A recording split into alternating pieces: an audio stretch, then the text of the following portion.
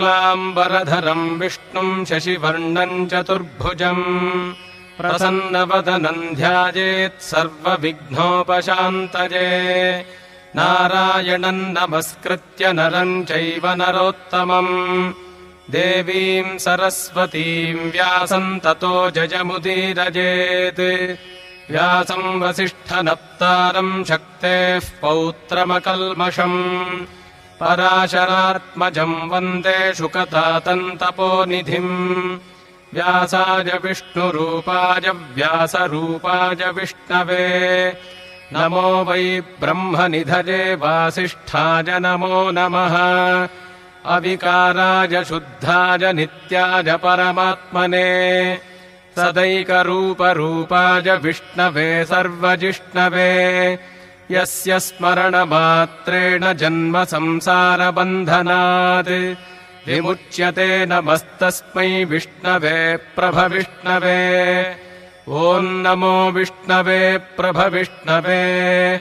श्रीवैशम्पायन उवाच श्रुत्वा धर्मानशेषेण पावनानि च सर्वशः युधिष्ठिरः शान्तनवम् पुनरेवाभ्यभाषत श्रीयुधिष्ठिर उवाच किमेकम् दैवतल्लोके किम् वाप्येकम् परागणम्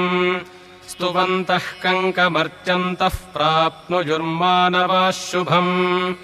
को धर्मः सर्वधर्माणाम् भवतः परमो मतः किञ्जपन्मुच्यते जन्तुर्जन्म संसारबन्धनात्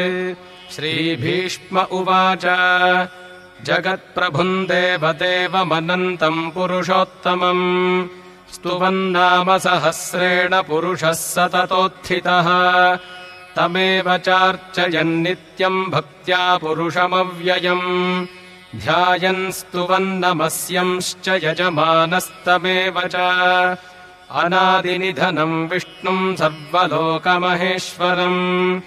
लोकाध्यक्षम् स्तुवन्नित्यम् सर्वदुःखातिगो भवेत् ब्रह्मण्यम् सर्वधर्मज्ञम् लोकानाम् कीर्तिवर्धनम् लोकनाथम् महद्भूतम् सर्वभूतभवोद्भवम् एष मे सर्वधर्माणाम् धर्मोऽधिकतमो मतः यद्भक्त्या पुण्डरीकाक्षम् स्तवैरर्चेन्नरः सदा परमय्यो महत्तेजः परमय्यो महत्तपः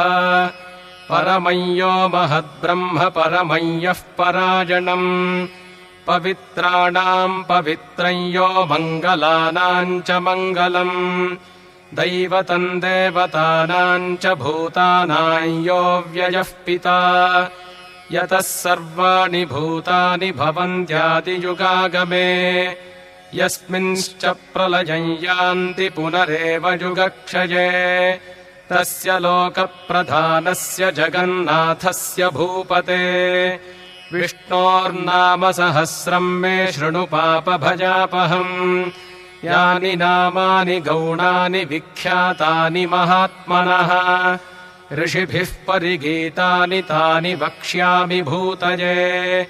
ऋषिर्नाम्नाम् सहस्रस्य वेदव्यासो महामुनिः छन्दोनुष्टुप् तथा देवो भगवान् देवकीसुतः अमृतांशोद्भवो बीजम् शक्तिर्देवकीनन्दनः त्रिसामाहृदयन्तस्य शान्त्यर्थे विनियुज्यते विष्णुम् जिष्णुम् महाविष्णुम्